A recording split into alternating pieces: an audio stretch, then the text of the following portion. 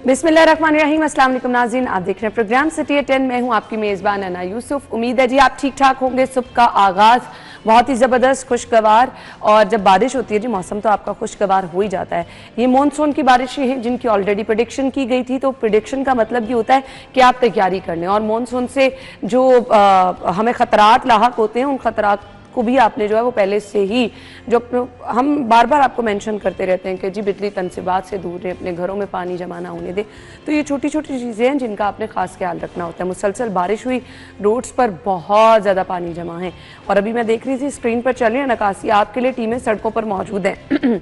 सुबह से ये बारिश होना शुरू हुई तकरीबन 5 बजे के बाद से, और टीमें मौजूद हैं। बट कुछ अपना एक्सपीरियंस मैं शेयर करती चलूँ जी। मुल्तान रोड पर पानी बहुत ज़्यादा था, फिर उसके बाद जैसे ही क्रीम ब्लॉक की तरफ आए वहाँ पानी बहुत ज़्यादा था, जिनाह हॉस्पिटल की तरफ पानी बहुत ज़्यादा था, एंड यस ऑफिस के बाहर वाली जगह तो बहुत ही ज़्यादा पानी था। सो नकासी आपके लिए टीमें मौजूद हैं। अभी मैं देख रही थी बिलाल यासीन साहब ने भी दौरा किया शहर के मुख्तलिफ इलाकों का, लक्ष्मी चौक अंदरून वाली साइड कमियों हॉस्पिटल के करीब, बट पूरे शहर में इस वक्त अगर हम बात करें, अभी मेरी प्रोड्यूसर DHA का बता रही थी वहाँ पर शदीद पानी है, तो मुख्तलिफ इलाकों में स्टिल नकासी आपके इंतजामात हमें हौसला शिकन तो नहीं कह सकते, लेकिन हौसला अफजा भी नज़र नहीं आ रही हैं जी। पानी है बहुत ज़्यादा। अभी फ़िलहाल वो बारिश रुके तो काफ़ी टाइम हो गया है, हल्की बूंदाबांदी अब से कुछ देर पहले हुई थी, बट अब बारिश रुक चुकी है। शहर में कहाँ कहाँ किस इलाके में कितनी बारिश हुई आप पर हम दिखा भी रहे हैं, और आज वक्फे वक्फे से बारिश की प्रेडिक्शन भी है। बट सवाल यह है कि जो अभी बारिश रुक गई है, अभी तक पहला पानी नहीं निकला, तो इसके बाद क्या सूरत हाल हो सकती है। मुख्तलिफ इलाकों में घंटों बिजली भी गायब रही और स्टिल है भी। सो इसका जो बहाली का काम जो है वो शायद सिपरा साहब कहते हैं कि जी वक्तन फ़वक्तन किया जाता है, ज़रा बारिश रुकने का इंतज़ार किया जाता है उसके बाद, क्योंकि आपको पता है जी थोड़ा सेंसिटिव काम है। बट ये नहीं होना चाहिए कि 8-8 10-10 घंटे तवील लोड शेडिंग जिसका सामना करना पड़ता है। हमारे साथ जी हमारी रिपोर्टर इस वक्त बाहर मौजूद हैं, ज़रा बाहर की सूरत हाल देख लें, उनसे पूछ लें कि बारिश के हवाले से महकमा मौसम आते क्या प्रेडिक्शन किया। मैं अफशा की तरफ चलूंगी। अफशा अभी बताएं क्या सिचुएशन है और प्रेडिक्शन क्या है मौसम की। बारिश आज क्या वक्फे दिन भर होगी?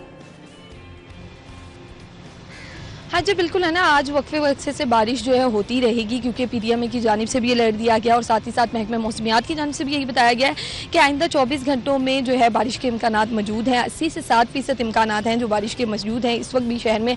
अभी भी हमसे इससे अब से कुछ देर कबल जो है हल्की बारिश यहाँ पर भी टाउनशिप में रिकॉर्ड की जा रही थी, और दीगर इलाकों में भी कहीं हल्की तो कहीं तेज़ बारिश अभी भी हो रही है मुख्तलिफ शहर के इलाकों में। और इस बारिश की वजह से बारिशी पानी जो है बहुत सारे इलाकों में जमा हो गया। टाउनशिप में, इलामा इकबाल टाउन में, समनाबाद में, इचरे में और भी दीगर इलाके हैं जहाँ पे बारिशी पानी जमा हुआ है। कितने बारिश हुई है उसके हवाले से भी मैं आपको बताऊं तो 110 मिलीमीटर ताजपुरा में बारिश रिकॉर्ड की गई है, और 109 मिलीमीटर एयरपोर्ट के इलाके में बारिश रिकॉर्ड की गई है। 100 से लेकर 60 और 70 तक मिलीमीटर जो है बारिश मुख्तलिफ इलाकों में शहर के रिकॉर्ड की गई है, जिसकी वजह से नशेबी इलाके जो हैं वो ज़ेरे आब आए हुए हैं और वहाँ पर बहुत ज़्यादा बारिशी पानी जमा हुआ है। शहरियों को आमदोरफ्त में मुश्किल का सामना करना पड़ रहा है, और साथ ही साथ दीगर जो उन्हें मसाइल हैं वो भी देखने में दिखाई दे रहे हैं। बारिश ख़त्म हुए तो बहुत वक्त गुजर गया, लेकिन अभी भी जो है अहम शहराएं जो हैं, फिरोजपुर रोड का कुछ ऐसा हिस्सा है इचरे की तरफ से जो आते हैं अगर आप, तो वहाँ पे जो है फिरोजपुर रोड पे खुसूसन वहाँ पानी जमा हो जाता है। अगर आप जेल रोड की तरफ जाएँ तो वहाँ पानी जमा हो जाता है, और चुंगी की तरफ अगर आप जाएँगे तो वहाँ पर भी पानी जमा हो जाता है। और ये मेन शहराएँ हैं जहाँ पर पानी जमा होने से शहरियों को बहुत ज़्यादा मुश्किल का सामना करना पड़ता है। वेदर के हवाले से आपको बताऊँ तो इस वक्त शहर का मौजूदा दर्जा हरारत 27 डिग्री है, जो कि ज़्यादा से ज़्यादा 31 और कम से कम 26 तक जाएगा, और 10 किलोमीटर फी घंटा की रफ्तार से हवाएं भी चल रही हैं। वैसे तो ओवरऑल मौसम बहुत खुशगवार है, लेकिन ये जो बारिशी पानी जमा हो जाता है हमारी रोड्स पे, हमारी गलियों में, हमारे चौक्स पे, उसकी वजह से जो ज़िंदगी हमारी मफलूज होकर रह जाती है वो बहुत अज़ियतनाक हो जाता है। हमारी रहमत जो है ठीक है जी, थैंक यू सो मच। अच्छा बारिशी पानी ये कह रही हैं कि जी उसकी वजह से प्रॉब्लम है लोगों को, अदरवाइज अभी मौसम ये है, सूरत हाल वक्फे वक्फे से बारिश का कहा गया है, और हमारे रिपोर्ट तो बाहर धूप भी निकल आई है। इमरान यूनस और दुर्रे नायाब आपने ज्वाइन किया। अस्सलाम वालेकुम दुर्रे नायाब, आपसे मैं आगाज़ कर रही हूँ। बाहर क्या सूरत हाल है? नकासी आपकी हम देख रहे हैं, मिनिस्टर साहब खुद भी निकले हुए हैं, बट पानी है सड़कों पर, लोगों को दुश्वारी है, हमें दफ्तर पहुंचने में मुश्किल हुई है। अच्छा ऑनेस्टली जितने भी ये स्पेल आए हैं, तीसरा स्पेल है, हैवी स्पेल है बहुत, तो मुझे आधी रात को हमेशा सिर्फ MD वासा सब उठाते हैं। अच्छा। और वो पूरी रात जो है ना वो जाग रहे होते हैं, और फिर हमें भी फ़ोन करके कहेंगे जी कि आप बताएं क्या सूरत हाल है, हम तो सब ठीक है, वो क्रॉस चेक करते रहते हैं। मिनिस्टर साहब भी आपकी सड़कों पे, लेकिन यहाँ पे ना एक प्रॉब्लम है। प्रॉब्लम यह है कि जब तक बारिश मुकम्मल तौर पे थमेगी नहीं तो पानी उस तरह से सिस्टम लेगा नहीं। जब तक उसको थोड़ा सा सांस नहीं आता ना, पता ना पानी के सिस्टम को, तब तक वो पानी पीछे से लेना शुरू नहीं करता प्रॉपरली। इसलिए आपने देखा होगा कि जब बारिश रुक जाती है उसके घंटे, 1.5 घंटे बाद, 2 घंटे बाद सूरत हाल बेहतर होना शुरू हो जाती है। अब लोग पैनिक कर रहे हैं, वो पिंडी की सूरत हाल देख के परेशान है, लेकिन मैं आपको ये बताता चलूँ, यहाँ लाहौर पिंडी नहीं है। पिंडी में कई जगह उतराई है, जहाँ उतराई है तो पानी उतराई के जरिए निकलता है। यहाँ पे प्रॉपर सिस्टम है। अभी आपने देखा है कि 100 मिलीमीटर बारिश कम से कम एक इलाके में हो चुकी है। ये अगर अब तक पिंडी में हुई होती ना तो नाला लाई फ्लो ओवरफ्लो किया हो चुका होता और बाहर मोटरसाइकिल साइकिल जो गलियों में खड़ी होती है वो तैर रही होती। खतरनाक। तो हमारा लाहौर अल्हम्दुलिल्लाह इस लिहाज से बहुत सेफ है। एक जो बैकलैश आया जो मैं पहले भी जिक्र करता हूँ कि अगर लाहौर डेवलपमेंट प्रोग्राम बर वक्त कंप्लीट हो जाता, उसके कनेक्शन बर वक्त थ्रू हो जाते और वो सिस्टम पानी लेना शुरू कर देता तो आज लाहौर में ये हालत ना होती। इसको गवर्नमेंट ने भी माना कि हाँ अगर हमें 15-20 दिन मिल जाते तो हम इस सिस्टम को थ्रू कर देते, लेकिन एहतियात इस बारे में ज़रूरी है। मैं अभी रिंग रोड से उतर के फिरोजपुर रोड से होता हुआ दफ्तर पहुँचा हूँ तो ये एक बहुत बड़ा पैच है जहाँ पे उन्होंने सीवर डाला हुआ है, वो पानी से डूबा हुआ है और लोग उसके घर, उसके इर्द गिर्द बड़ी तादाद में यूँ खड़े होकर देख रहे हैं। और मैं तो हैरान हूँ कि यार ये क्या कर रहे हैं। खुदा ना खास्ता कोई अंदर चला जाए, किसी का पाँव स्लिप हो जाए, कोई क्रॉस कर रहा हो। और ट्रैफिक का इशू फिरोजपुर रोड पे मैंने ये नोट किया है कि चूंकि अब सीवर सारा डला हुआ है तो लोगों ने गाड़ियां अपनी मेन रोड पे पार्क की हुई है, वो उसको क्रॉस करके उसको दुकानों तक, फैक्ट्रियों तक ले जा नहीं सकते। उसकी वजह से फिरोजपुर रोड 3 लाइन की बजाय 2 लाइन 1.5 लाइन हो गई है। बाइकर लेन का भी जिक्र कर लें, उसकी बाइकर लेन तो देखें एक एलडीए का ऐसा प्रोजेक्ट था जो कि एलडीए ने कंसीव तो किया लेकिन एलडीए उसको बर वक्त और अच्छे तरीके से कंप्लीट नहीं कर सका। अब यहाँ पे कॉम्पिटेंसी बहुत मैटर करती है। अगर आज आप ऑरेंज लाइन मेट्रो बस जैसे प्रोजेक्ट देखते हैं तो उसमें कॉन्ट्रैक्टर्स की काबिलियत और महारत शामिल है।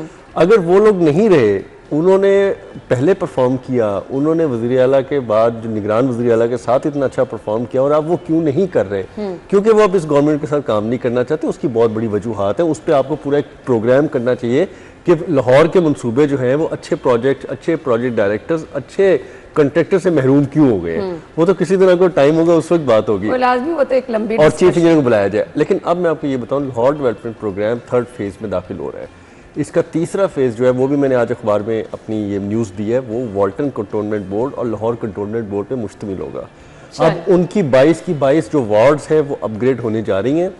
ऑल तो हुकूमत पंजाब का ये बहुत अच्छा इकदाम है कि वो कंटोनमेंट बोर्ड्स के इलाकों में, जो कि उनका काम था, उनका काम नहीं, बिल्कुल उनका काम था, उनको फंड्स भी दे रही है और एग्जीक्यूट भी करा रही है। तो मेरा ये ख्याल है कि एक जो पोर्शन जिसपे हम कहते थे कि यार ये इलाका एमसीएल का, ये वासा का है, वो तो हो गया सेटल, कंटोनमेंट बोर्ड के अंडर आप जो कंटोनमेंट और वाल्टन की बात करते थे तो वो भी चीजें जो है वो सेटल होने के करीब आ रही हैं। Hope for the best, but अभी लोगों को मुश्किलात हैं जी मुख्तलिफ इलाकों में। इससे हमें खबरें ये मौसूल हो रही हैं कि बारिश का पानी जमा, बारिश रुक गई है तो थोड़ा सा इंतजार कर लें आप भी।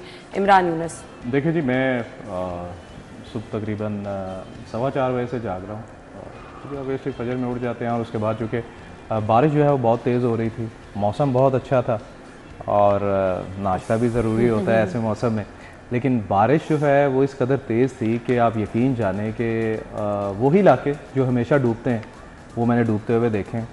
इकबाल टाउन का सारा एरिया डूबा हुआ है, समनाबाद आपका डूबा हुआ है, वादत रोड आपका डूबा हुआ है, तो वो इलाके जो डूबते हैं वो तो आज डूबे ही हुए हैं। इसके साथ साथ जिस रोड की आप बात करते हैं कि जब हम बरकत मार्केट से ऑफिस की तरफ आते हैं, जिना हॉस्पिटल की तरफ आते हैं, वो जो दरमियान में रोड है आज वो भी फुल भरा हुआ है। और जब रोड जो है जिन पर पानी मौजूद होता है उसके बाद ट्रैफिक की रवानी जो है वो शदीद मुतासिर होती है, सुसरफी का शिकार होती है, और एक भी गाड़ी जब स्लो हो जाए तो उसके बाद फिर तवील कतारें जो हैं वो लग जाती हैं। दुर्रे ने आपने ठीक बात कही है, हमेशा होता है इसी तरह है कि दुनिया का कोई भी मुल्क हो, बारिश जब हो रही होती है तो उसमें पानी जो है वो इकट्ठा करना है जिस रफ्तार से वो होती है, ठीक है, लेकिन जब बारिश रुक जाती है उसके बाद का जो टाइम होता है वो काउंट होता है कि कितने टाइम में ड्रेन हो रहा है वाटर। लेकिन हमारे इदारे जो हैं उनके हवाले से बात करूं या जो हमारी हुकूमतें हैं, माजरत के साथ मैं अभी रास्ते में आता हुआ, देखिए ना, असिस्टेंट कमिश्नर भी फील्ड में है, डीसी साहब भी फील्ड में हैं। बहुत अच्छी बात है, बहुत अच्छी बात है, ये लोग फील्ड में है, लेकिन मैं रास्ते में आते हुए एक चीज़ सोच रहा था, ऐसे ही दिमाग में आई मैंने कहा जब हम कॉलेज यूनिवर्सिटी में होते थे तब हम ये सोचा करते थे, जब भी बारिश होती थी, सुहाना मौसम होता था, हम कहते थे यार चाय पकोड़े हों, ये हो वो हो सारा कुछ। लेकिन हमारे बड़े जो हैं वो हमेशा ये दुआएं करते हुए मैं नजर आते थे कि या अल्लाह ये बारान रहमत जो है वो किसी के लिए जहमत ना बने, ठीक है। लेकिन माजरत के साथ जब हम बड़े हुए हैं, अब हमने ये चीज़ें देखी हैं, अब हम मौसम अच्छा हो तो हम ये नहीं कहते यार चाय हो पकोड़े हो ये हो, हमें टेंशन लग जाती है कि यार किस एरिया में छत गिरी होगी, किस एरिया में किसी की फैमिली डूबी होगी, किस एरिया में किसी का फर्नीचर जो है वो डूबा होगा। और हमने ऑब्वियसली हमने ड्यूटी पर भी जाना होता है, वो चीज़ें कवर करना होती है। और आज भी स्पेशली मैं अल्लामा इकबाल टाउन और अलहम्द कॉलोनी के हवाले से बात करूँ, और मैं हमेशा ये कहता हूँ कि वहाँ 40 साल बाद सेवरेज के पाइप जो है वो डले, वहाँ पर करोड़ों रुपए मालियत से वहाँ पर प्रोजेक्ट जो है वो मुकम्मल किए गए, लेकिन उसके बावजूद आज भी वो इलाका वैसे ही डूबता है, वैसे ही डूबता है, ठीक है। ये तो क्वेश्चन मार्क है। और लेकिन माजरत के साथ हमारी जो हुकूमतें हैं, चाहे उस दौर की हो जब हम कॉलेज यूनिवर्सिटी में होते थे या आज की हैं, इनके एरियाज देख लें, यकीन जाने ऐसे लगता है कि सारी सहूलतें सिर्फ इनके लिए हैं। और वो लोग जो बेचारे 20 साल पहले भी हम डूबते हुए देख रहे थे, वो बेचारे आज भी डूब रहे हैं।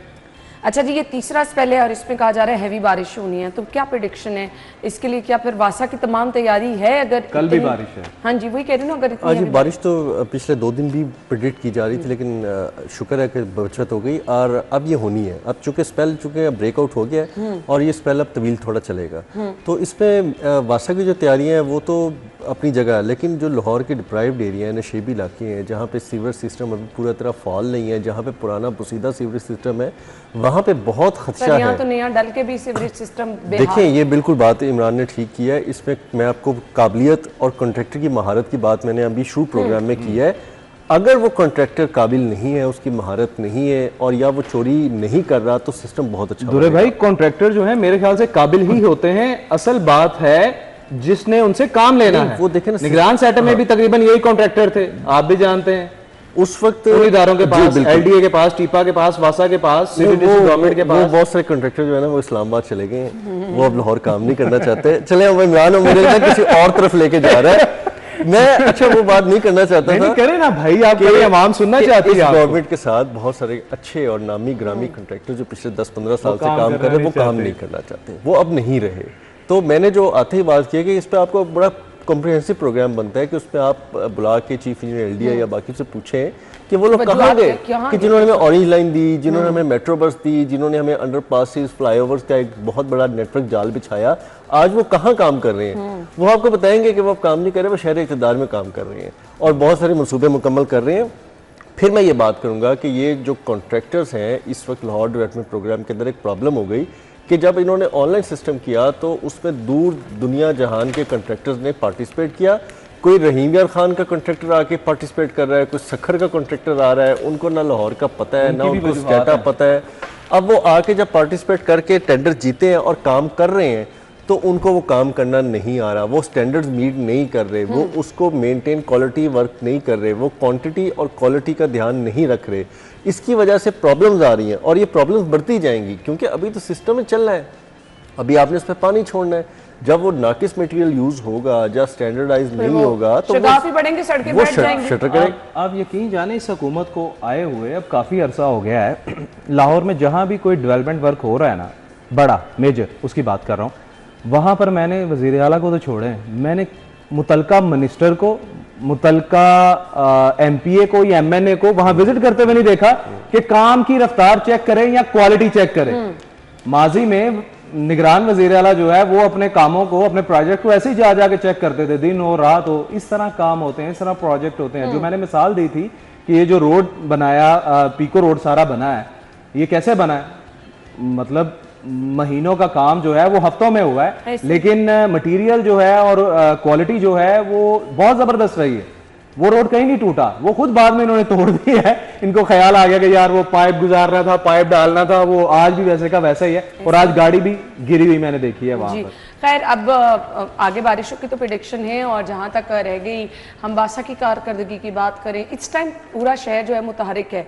कंट्रोल रूम से लहदा से तमाम चीज़ें मॉनिटर की जा रही हैं। मिनिस्टर हाउसिंग इस वक्त जो है वो आपको हमने दिखाया, फील्ड में मौजूद है, MD वासा मौजूद है, DC साहब मौजूद है, असिस्टेंट कमिश्नर मौजूद है।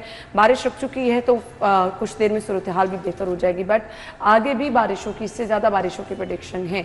सो वी होप कि हालात बेहतर रहेंगे। बस ये बारिश जहमत किसी के लिए ना बने। ये जो छतें गिरने के वाक़यात होते हैं, सुबह किस्म के रोड एक्सीडेंट होते हैं, इससे बहुत ज़्यादा दिल परेशान होता है। तो थोड़ी सी हमारी अपनी भी रिस्पॉन्सिबिलिटी है, खुद कुछ चीज़ों का आप अपने इर्द गिर्द ख्याल रखें तो इंशाल्लाह सूरत हाल बेहतर रहेगी। ब्रेक के बाद हम आते हैं जी वापस, स्टे विद अस।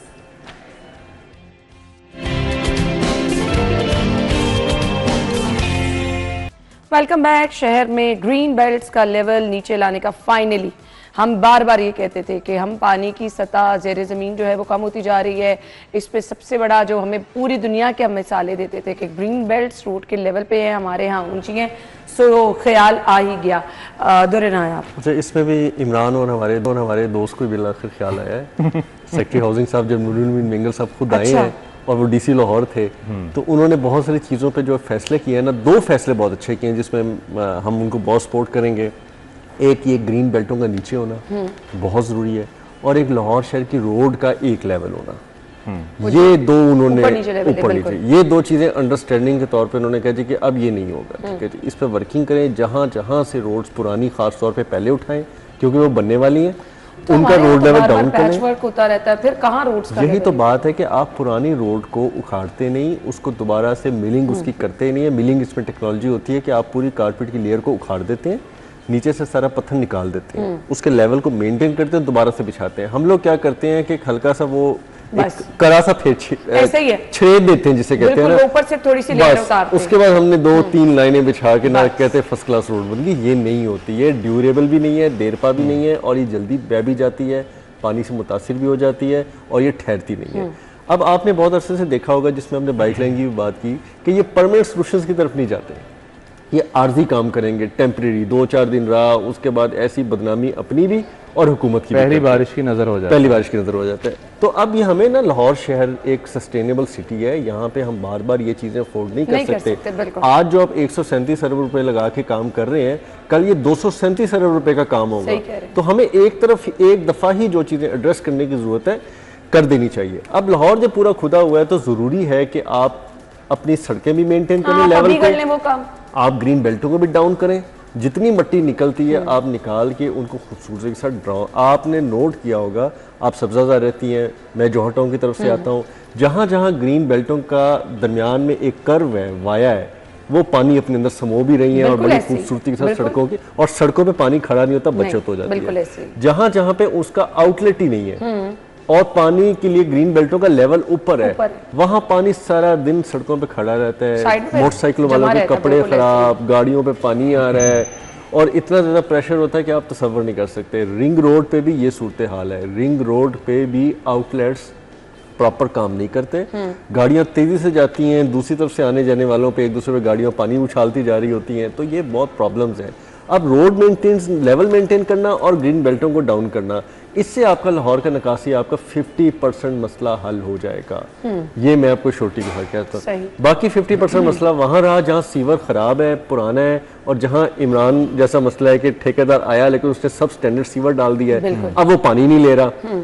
तो ये चीज़ें आपकी 2 हिस्सों में सेटल होना ज़रूरी है, लेकिन उम्मीद है कि ग्रीन बेल्टों की डाउन होने से लाहौर शहर का बहुत सारा पानी का मसला भी हल होगा, और लाहौर शहर का ज़ेर ज़मीन जो अंडरग्राउंड वाटर लेवल है वो भी रेज होगा। ठीक है, तो ये काम वासा और PHM दोनों मिलकर करेंगे, उनका टास्क है। ठीक है, इमरान यूनुस। देखिए जी, मैंने जब जर्नलिज्म स्टार्ट की, इस पर सिटी 42 के साथ, सिटी 42 की बात कर रहा हूँ, कि सिटी डिस्ट्रिक्ट गवर्नमेंट की जिम्मेदारी जो है मुझे सौंपी गई कि वो मेरी बीट होगी।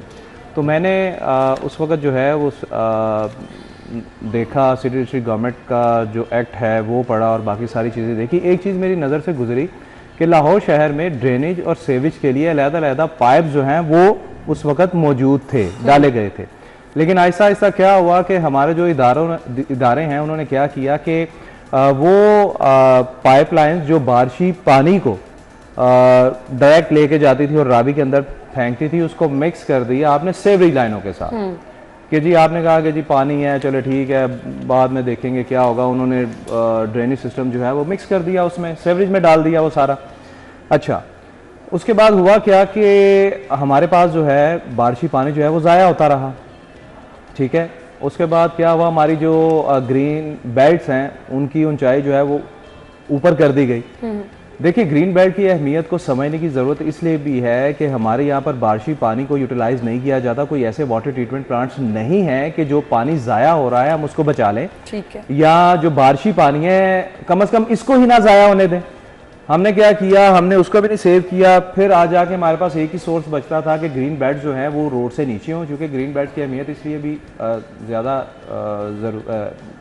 अहमियत की हामिल है कि बारिशी पानी जब उस पर गिरता है तो वो सारा पानी जो है वो सक करता है और ज़मीन के नीचे चला जाता है। लेकिन हमारे यहाँ पर दुरनियाब भी इस हवाले से कई खबरें देते रहे हैं कि बतदरीज पानी की सतह जो है, ज़ेरे ज़मीन पानी की सतह वो नीचे चली जाती जा रही है, ठीक है, और जो पानी हमारा ज़ाया हो रहा है उसको किसी तरीके से भी यूटिलाइज नहीं किया जा रहा। तो जो अब महकमा हाउसिंग की जानिब से प्लानिंग की गई है, जो कि हमने मंडे वाले दिन भी स्टोरी जो है वो डिस्कस की थी कि तमाम सड़कों का लेवल जो है वो एक होगा। उसके बाद अब ग्रीन बेल्ट जो है वो रोड से नीचे होंगी।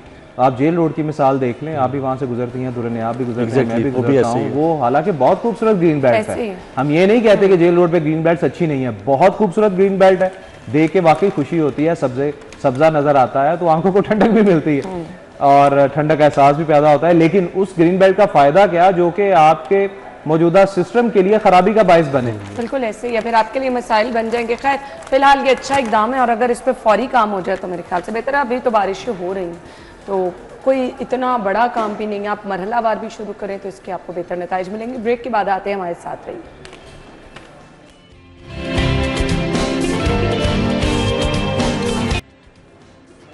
Welcome back. खबर यह है कि हेलमेट के चालान पर बाइक जला दी। एक चीज तो अब वाज़ेह तौर पर कह दी गई है और सीटीओ साहब की जानिब से तमाम ट्रैफिक वार्डन्स को भी कह दिया गया है कि अगर उनके सेक्टर में कहीं पर भी, जो उनके डेजिग्नेटेड एरियाज हैं, कहीं पर भी कोताही हुई तो फौरी तौर पर वार्डन को मुअत्तल कर दिया जाएगा।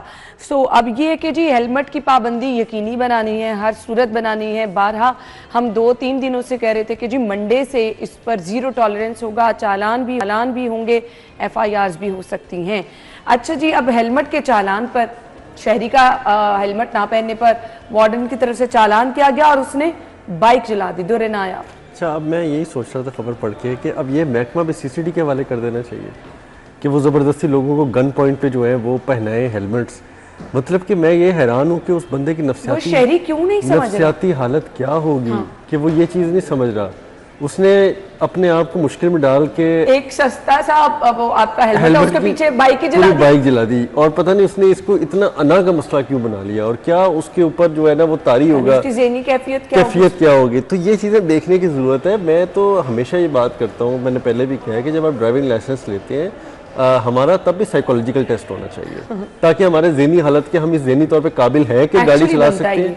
एक्चुअली बनता कुछ रोड यूजर तो ऐसे हैं कि मतलब अगर रास्ता नहीं मिल रहा हॉर्न देते चले जा रहे हैं, बाहर निकल के लड़ना शुरू कर देते हैं। आप गाड़ी चलाते हुए लोगों को देखें, एक बड़ा प्रोमिनेंट वाकया कुछ दिन पहले हुआ और उसमें इमरान यूनुस के एक जानने वाले हैं, मेरे भी जानने वाले हैं, उन्होंने डिफेंस के इलाके में एक बंदे को रास्ता ना देने की पादाश में उसके आगे गाड़ी लगाई और उस पर पिस्तौल तान ली। ये देखे ना, ये ज़हनी हालत है लोगों की। उस पर पिस्तौल तान ली और उसके अंदर बड़े बड़े लोग इन्वॉल्व हुए। उन्होंने कहा कि नहीं, जिसपे पिस्तौल तानी गई है ना वो सुलह कर दे। वाह। क्योंकि बंदा बासर था और वो बासर एक बंदे का बेटा था, तो इमरान के ही हल्के में है वो आदमी।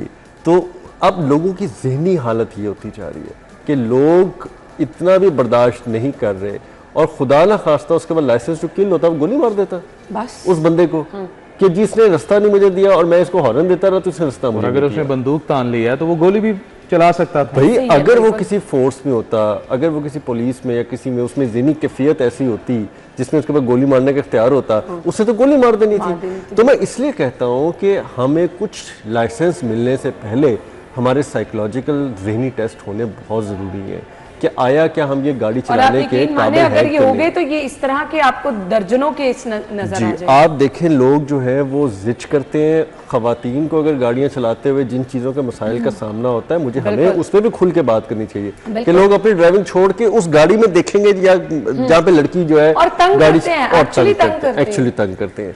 तो ये तो मैं कहता हूँ ज़हनी बीमारों की कैफियत है। इस तरह आपकी ट्रैफिक भी नहीं चलती और इस तरह माशरे भी नहीं चलते। तो अनकरीब ये वक्त आएगा, आप ये नोट रखिएगा आज की बात, कि कुछ चीज़ों में हम लोग इस चीज़ पर साइकोलॉजिकल टेस्ट लेना शुरू करते हैं। जरूरी है। बहुत सारे ऐसे रिक्शा ड्राइवर हमने देखे जी, रिक्शा रुका, चलान हुआ, रिक्शे को आग लगा दी। और फिर ये जो रोजाना की लड़ाई झगड़े हैं ना, हॉर्न जो है वो कुछ लोग जो है हाथ ही नहीं उधर से हटाते, कुछ लोग रास्ता ना मिलने पर ये एक बात निकल के गालन गलोच आम है भाई। हमें इतनी चीज़ें फेस करनी पड़ती हैं अपनी प्रोफेशनल लाइफ में, बहुत सारे प्रेशर्स होते हैं हमारे असाइनमेंट पे, हम पे वो आगे प्रेशर शिफ्ट करते हैं, तो क्या हम एक दूसरे के साथ एक दूसरे की गुथम गुथा हो जाए? और हमने गुस्सा निकालना हो, हम तो गाड़ी के शीशे बंद करके ना खुद ही बोल कर रिलैक्स हो जाते हैं। आपने उसी स्ट्रेस में बाहर भी जाने, अपना काम भी करना है, फिर अगर ये सब करने लगे तो ये तो बड़ा मुश्किल हो जाएगा। देखिए, कवानीन का एहतराम जो है ना वो हर शहरी पर फर्ज है, ठीक है। एक कानून बन गया कि भाई बगैर हेलमेट के आपने बाइक जो है वो नहीं चलानी। अच्छा, जिस बंदे ने ये बाइक जलाई है, बंदा उससे ये पूछे कि भाई नुकसान तूने किसका किया? अपना ही किया ना। अब यही तो हम कह रहे हैं, अब तू अगर हेलमेट की कीमत क्या है, तूने जला दी, क्या उसको अब अगर तू नई बाइक खरीदता है, अगर तेरे पास इस्तात नहीं है नई बाइक खरीदने की, तू किसी भाई की, कजन की, मोहल्लेदार की बाइक लेके निकलता है, हेलमेट नहीं पहनता, फिर भी तेरा चलान होगा, तो क्या तू उसकी बाइक भी चलाएगा? बात यह है कि भाई हेलमेट की पाबंदी क्यों कही गई है? इसी वजह से कही गई है ना कि भाई ट्रैफिक हादसात होते हैं, आपकी जान बच जाएगी। और बल्कि ये जायचोई साहब ने जनरल हॉस्पिटल की रिपोर्ट भी दी थी, क्योंकि जनरल हॉस्पिटल की हम इसलिए बात कर रहे हैं क्योंकि दिमाग का सबसे बड़ा हॉस्पिटल वही है, और वहाँ पर सबसिडेंट के केसेस जो है वहीं पर रिपोर्ट होते थे। हाँ, और जब वहाँ पर हेलमेट की पाबंदी का इतलाक हुआ और उसके बाद जायचोई साहब ने खबर दी कि जी वहाँ पर 60 से 70% हादसात में कमी रिपोर्ट हुई है। वहां पर हेड इंजरीज जो थी, जो बाइक राइडर थे जो गिरते थे, तो इतने हादसात में जो है वो कमी वाकया हुई है। लोग बेचारे अपनी जानों से भी चले जाते हैं। हमने खुद कई एक्सीडेंट देखे हैं, फिरोजपुर रोड पे बेचारे लोग जो है वो गिरे पड़े हैं और उनमें से कुछ जख्मी हो जाते थे, कुछ बेचारे अपनी जान की बाजी हार जाते थे। तो इदारों ने अगर ये पाबंदी लगाई है तो किस लिए लगाई है भाई? आपकी जान की हिफाजत के लिए लगाई है ना। बट आप ये देख लीजिएगा, लोग फाइन करा लेंगे, लोग FIR करा लेंगे, लेकिन जिन्होंने नहीं हेलमेट पहनना उन्होंने नहीं पहना। लेम एक्सक्यूजेस सुनने वाले होते हैं। किसी वक्त एक रोड शो वहां पे रखें, कोई कहेगा जी कि मैंने सानुसा नहीं आंदा हेलमेट पा के, सांस का मसला है, सांस का मसला, हेलमेट पूरा नहीं है, कोई कहेगा गर्मी लगती है, हमें राइट लेफ्ट नजर नहीं आता। बल्कि नौजवान अक्सर मजाक शुगल में कह देंगे हमारे बाल खराब हो जाते हैं। एक और चीज है, लिटरली एक और चीज है, जिस बंदे ने हेलमेट पहना होता है ना, मोस्टली लोगों की बात कर रहा हूँ मैं, तमाम शहरियों की बात नहीं कर रहा, कुछ लोगों ने जो मोटरसाइकिल पे मौजूद होते हैं, चला रहे होते हैं, उन्होंने हेलमेट पहना होता है और लिटरली उनको देखकर ऐसे लगता है कि वो खुद को समझते हैं कि वो चांद पे बाइक चला रहे हैं। लाइक राइट लेफ्ट वो नहीं देखते, हेलमेट पहना है, थर्ड लाइन से फिर वो फर्स्ट लेन में आ रहे हैं, फर्स्ट लेन से फिर सेकंड में आ रहे हैं, लाइन की कोई तमीज नहीं। हम मतलब देख रहे होते हैं कि यार ये क्या कर रहे हैं, अगर खुदा ना खासा किसी गाड़ी ने इसको हिट कर दिया ये तो जाएगा अपनी जान। अच्छा, आप अपनी लाइनों में स्मूथ चलें, फास्ट लाइन में गाड़ियां चलें, बट कैसे चलें? यहाँ तो लोगों को रोड सेंस ही नहीं है, ये नहीं पता लाइन लेन की। मिड लाइन में और थर्ड लाइन में आराम से लोग चलें, और आप अपनी तयन कर लें कि अगर आपने मुड़ना है तो 500 मीटर पीछे ही आप थर्ड लाइन में या फोर्थ लाइन में हो जाएं, जहाँ पे आपने राइट लेफ्ट मुड़ना है। आपके 50% ट्रैफिक इशू सॉल्व हो जाएंगे। बिल्कुल। लेकिन अल्लाह के फजल से हमें अचानक याद आता है, ऐसे जिम्मेदारी है ना कि हमने राइट होना था। वापस आएंगे एक ब्रेक के बाद।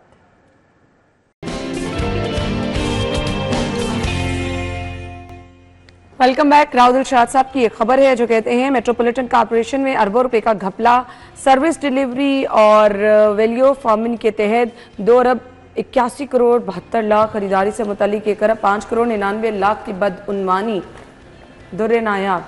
जी बिल्कुल, MCL इमरान ने मुझसे पहले कवर करना शुरू किया, और इमरान इस बीट में मेरे से सीनियर भी हैं, और मैंने उसके बाद भी कवर किया, और उसके बाद कुछ अरसे बाद जब कवर किया तो फिर इमरान ने उसको दोबारा MCL को कवर किया। फिर MCL जो है वो एक बहुत ही वर्स्ट क्लास किस्म की जो एक ऑर्गेनाइजेशन है प्रैक्टिसेस ऑफ सर्विसेज के हवाले से। वहाँ पे ना ही निज़ाम है, ना ही कोई सिस्टम है, और अब बहुत ज़्यादा जो जिद्दत की बात की जा रही है वो भी अब आ रही है, इससे पहले वो ये भी नहीं था। LDA में बहुत अच्छा निज़ाम है, सिस्टम है, लेकिन लोग वहाँ पे बहुत ज़्यादा करप्ट हैं और करप्शन की शिकायत आती हैं। यहाँ पे लोग भी करप्ट हैं और सिस्टम भी नहीं है, और सिस्टम ना होने की वजह से करप्शन के चांसेस जो हैं वो 200% बढ़ जाते हैं। अब इस पर सर्विसेज जो दी जाती हैं, एक तो वो तो सबस्टैंडर्ड दी जाती हैं, उसके अलावा जो फीसिस बढ़ा के अभी ये रेवेन्यू कलेक्शन का एक भोंडा मजाक कर रहे हैं, उसका भी कुछ अर्से बाद राज खुलेगा कि वो कंप्लीशन तो हुई नहीं, वो फीसिस तो कलेक्शन ही नहीं हुई। घपला भी तो देखे ना, यहाँ तो अरबों रुपए हैं। आप मैनुअल है, आप मैनुअल खातों फिर तो जो में, मर्जी कर सकते मैनुअल हैं। चीज़ों में जो मर्जी जो ले मर्जी जाए। कर सकते हैं। आपको याद होगा कि ये स्कैंडल पहले एलडीए में भी होते थे कि फाइलों में कागजात गायब कर दिए जाते थे, मालकान के कागजात निकाल के किसी कागज में स्टे लगा दिया जाता था। फिर वो इस हद तक चले गए कि उन्होंने आपकी जायदाद की फाइल बना के उसके ऊपर मॉर्गेज करा के बैंक से कर्जे ले लिए। बिल्कुल ऐसे। आप 10 साल बाद कहीं गए ट्रांसफर कराने या बेचने, तो आपको पता लगा जी आपकी तो प्रॉपर्टी पे ऊपर कर्ज लिया गया। वो जाके पहले बैंक से एनओसी लेके आए। आज भी कई केसेस ऐसे हैं जो एलडी की फाइलों में दबे पड़े हैं। लोगों को पता ही नहीं, गरीबों को, बेचारों को, कि हमारी प्रॉपर्टियां साफ सुथरी प्रॉपर्टियों पर मॉर्गेज हो चुकी हैं। हमारी साफ सुथरी प्रॉपर्टियों पे इन्होंने किसी ना किसी के और स्टे लगवा के फाइलें गंदी की जा चुकी हैं।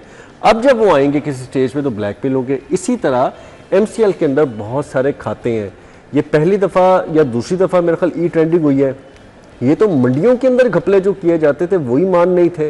आपके जो बर्थ सर्टिफिकेट, डेथ सर्टिफिकेट, आपको जो सर्विसेज के हवाले से जो वहाँ पे ज़रूरियात चीज़ें थी वही मान नहीं थी। अरबों करोड़ों रुपए लगा के आपने इलेक्ट्रॉनिक ई टिकटिंग सिस्टम किया पार्किंग का, वो आज सिस्टम ही गोल हो गया। उसका कोई रिकॉर्ड ही आज नहीं आपको दे सकता।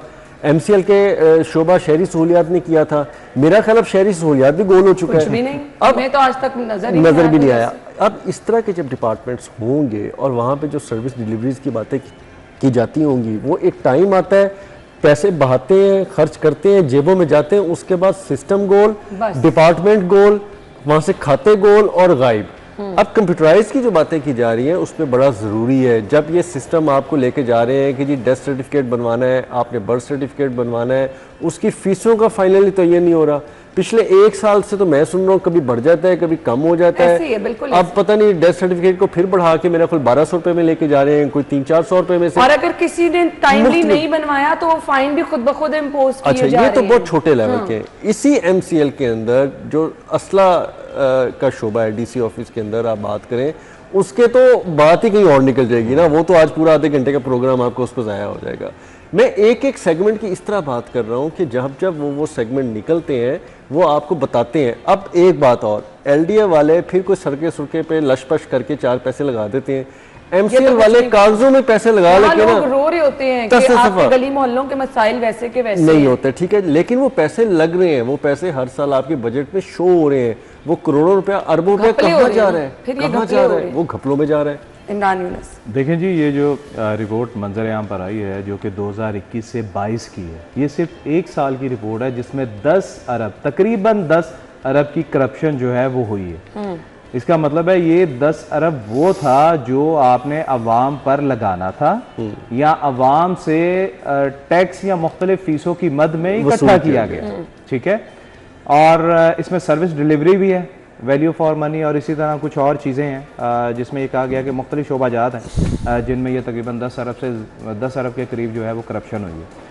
अब मुझे ये बताएं कि हम मंडे को ये भी बात कर रहे थे कि पूरा शहर जो है आपका स्ट्रीट लाइट अंधेरे से डूबा हुआ है ना। सही बात है। स्ट्रीट लाइट्स का अब बात इस तरह है कि आपको कहीं गटरों पे ढक्कन नहीं नजर आएंगे। स्ट्रीट लाइट का बहुत बड़ा इशू है। मेट्रोपॉलिटन कॉर्पोरेशन, जब हम ये कहते हैं ना कि लेस्को जो है वो इनसे स्ट्रीट लाइट्स का बिल वसूल करती है, तो ये जनाब खंबे लगाने के पैसे जो हैं लेस्को से चार्ज करते हैं, वसूल करते हैं, ठीक है। अब आप करप्शन की इंतहा देखें कि कोई भी चीज़ उठा लें, हम ये कहते हैं कि जी डिजिटलाइजेशन का दौर है, डिजिटल चीज़ें जो हैं वो इंट्रोड्यूस करवाई गई हैं, करप्शन का खात्मा हो जाएगा, चीज़ें बेहतर हो जाएंगी। अब कई मेट्रोपॉलिटन कॉर्पोरेशन में कई शोबे ऐसे भी हैं जो कि बिल्कुल डिजिटलाइजेशन की तरफ गए हुए हैं, जहाँ पर फीसों की वसूली जो है वो डिजिटलाइज तरीके से होती है, ऑनलाइन होती है। मैंने पढ़ा है उसमें भी करप्शन है। आप क्या चीज़ ऐसी इंट्रोड्यूस करवाएंगे? अच्छा, अब मामूली सी बात, मेट्रोपॉलिटन कॉर्पोरेशन, चले एक छोटी सी मिसाल देता हूँ, ये जो शहर में रेडियां लगती थी इनको हटाना भी इनकी जिम्मेदारी थी। और अब और वो जो सामान जब्त करके लेके जाते हैं जो कार्रवाई, वो भी हम ट्रक पे एक रेडी वाला जो है वो 500,000 जो है वो देता था, ठीक है। ये तो जुबान ज़द-ए-आम है ये बात कि हर रेडी वाला जो है 500,000 देता था, और जब रेड करनी होती थी कॉल आ जाती थी और वो ज़रा गली में चले जाते थे, रोड से थोड़ा हट जाते थे, और जब वो जाते थे तो फिर दोबारा या रेडियाँ थोड़े फासले पे जाके छोड़ दी जाती थी। तो ये सारी चीज़ें इन्वॉल्व। अच्छा, रिपोर्ट आ गई, 10 अरब कोई मामूली रकम नहीं है जिसकी करप्शन हुई है। अब सवाल ये पैदा होता है कि हमारे कमिश्नर साहब, हमारे डीसी साहब, हमारे सेक्रेटरी साहब, हमारे मिनिस्टर साहब, ये जो 10 अरब की करप्शन हुई है, जो लोग इसमें इन्वॉल्व हैं उनका एहतसाब होगा। अगर ये एहतसाब ना हुआ तो आप यकीन जानिएगा, ये रिपोर्ट सामने आ गई है, अब अगले साल ये करप्शन 20 अरब की होगी अगर इनका एहतसाब ना हुआ। मैं आपको लिख के देने को तैयार हूं, अगर आप इनका एहतसाब कर लेंगे तो आपकी ये करप्शन, मैं ये नहीं कहता बिल्कुल ही खत्म हो जाएगी, कम से कम आधी हो जाएगी। बताएगा, ये तो बहुत मुश्किल है। खैर, थैंक यू सो मच आप लोगों के वक्त का शुक्रिया। नाज़रीन, अभी एक ब्रेक की तरफ जाएंगे, फिर हेडलाइंस होंगी, फिर शो में वापस आएंगे। आप हमारे साथ ही रहिएगा।